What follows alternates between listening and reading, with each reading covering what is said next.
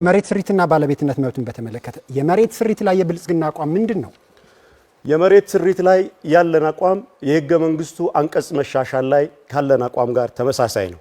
እንደሚታወቀው የመሬት ጉዳይ በኢትዮጵያ በእጅጉ ሴንሲቲቭ የሆነ ጉዳይ እንደሆነ እናምናለን። ከዚህ አንፃር የኢትዮጵያ የመሬት ጉዳይ የኢኮኖሚ ጉዳይ ብቻ ሳይሆን ከኢትዮጵያ ብሔር ብሔረሰቦችና ህዝቦች ማንነት ጋር የተቆራኘ ራስን በራስ ከማስተዳደር እንዲሁም ደግሞ ከማንነት ጋር የተያያዘ በመሆኑ የመሬት ስሪት ላይ ያለው ጉዳይ የህገ መንግስቱ አከራካሪ ነጥቦች ውስጥ አንዱ ስለሆነ ህገ መንግስቱ በሚሻሻልበት አግባብ በአንድ ፓርቲ ማኒፌስቶ የሚወሰን ሳይሆን በምክክር ሂደቱ አጠቃላይ የሚመለከታቸው ባለድርሻ አካላት የፖለቲካ ሊቃንና ህዝቡ ተሳትፎበት የሚወስነው ጉዳይ እንጂ ቀለል አድርጎ ፓርቲዎች በሚያቀርቡት በክርክር መድረኮች ላይ እንደዚህ አይነት ህገ መንግስታዊ ነክ ጉዳዮችን ወደ ሀገራዊ ምክክሩ በመውሰድ መሸሸጊያ ታረጉታላችሁ። በግልጽ የኢትዮጵያውን ጥያቄ የግለሰብ መሬት የመሸጥ የመለወጥ መብት ላይ ብልጽግና ፓርቲ ያለውን አቋም ማወቅ ይፈልጋሉ። ምንም መሸሸጊያ የምናደርገው ነገር አይደለም። እየተናገርን ያለነው አቋማችን ነው። አቋማችን ምንድነው? በራሳችን በብልጽግና ፓርቲ ብቻ አይወሰንም፣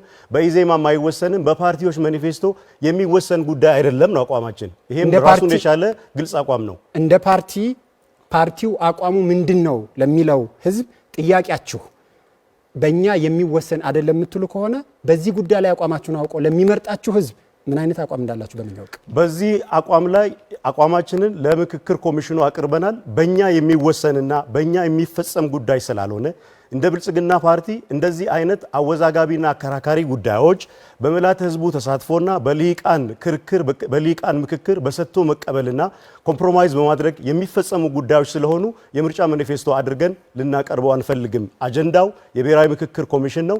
የህገ መንግስት አንቀጽን በራሳችን ጽፈን ለህዝብ የምናቀርብ ሰዎች እንዳልሆንን እንደ ብልጽግና ፓርቲ አስረድተናል።